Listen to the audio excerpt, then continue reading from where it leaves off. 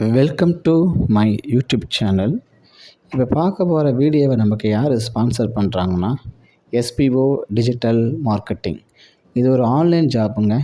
இதை பற்றி வரக்கூடிய வீடியோவில் பார்க்கலாம். ஸ்கிப் பண்ணாதீங்க. பெரிய தப்பு. தினம் 300 ரூபாய் சம்பாதிக்க அரிய வாய்ப்பு. இன்ஸ்டாகிராம், ஃபேஸ்புக் பயன்படுத்த தெரிந்தால் போதும் content post and content publishing மூலமா தினம் 300 ரூபாய் சம்பாதிக்கலாம். இந்த வேலை செய்ய 5 நிமிடம் போதும். Work training support, group communication support, all language customer live chat support, முக்கியமா சொந்தமா ஒரு பிசினஸ் ஸ்டார்ட் பண்ற அளவுக்கு உங்களால கற்றுக்கொள்ளவும் முடியும், சம்பாதிக்கவும் முடியும். இந்த வேலை வாய்ப்பு வழங்குவது 5 வருடத்திற்கு மேல ரன் ஆகிட்டு இருக்க நம்ம தமிழ்நாட்டு company school of business organisation private limited. மேலும் விவரங்களுக்கு டிஸ்கிரிப்ஷன்ல கொடுத்திருக்க நம்பருக்கு வாட்ஸ்அப் பண்ணுங்க. வாங்க இன்றைக்கி வீடியோக்கு போகலாம். இன்றைக்கி வீடியோ எதை பற்றி பார்க்க போகிறோம்னா, நம்ம புதினாங்க இருக்கிற பிளான்ட்லே மனுஷனுக்கு அதிகப்படியாக யூஸ் பண்ணுறது எதுன்னு பார்த்தோம்னா புதினா தான். ஏன்னா அந்தளவுக்கு புதினாவில் மருத்துவ குணங்கள் இருக்குது. மழை காலங்கள் வந்துட்டாவே நம்ம மக்கள் முதலில் தேடுவது பார்த்திங்கன்னா இந்த புதினாவை தான். எதுக்குன்னு பார்த்திங்கன்னா, அதை கஷாயமாக வச்சு குடிக்கும்போது இருமல், சளி, தொண்டை பிரச்சனை, முக்கியமாக குழந்தைங்களுக்கு வரக்கூடிய இந்த அலர்ஜி பிரச்சனையை புதினா தீர்க்குதுங்க.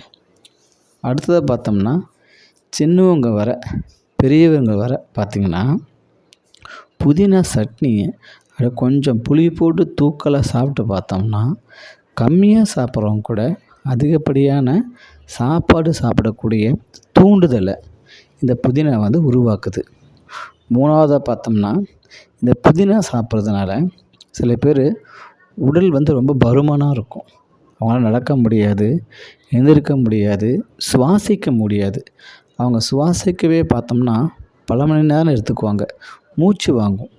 அப்படியேப்பட்ட பீப்புளில் என்ன பண்ணோம்னா, இந்த புதினாவை எடுத்து அலசி விடிய காலத்தில் ஒரு கிளாஸ் சுடு தண்ணியை வச்சு அதில் அந்த புதினாவை போட்டு நல்லா கொதிக்க விட்டு அதை அப்படியே வடிகட்டில் வடித்து நம்ம டெய்லியும் குடித்து பாருங்கள். உடல் பருமனாக இருக்கக்கூடிய, மூச்சு வாங்கக்கூடியவங்களுக்கு இந்த பிரச்சனை உடனே தீரும்.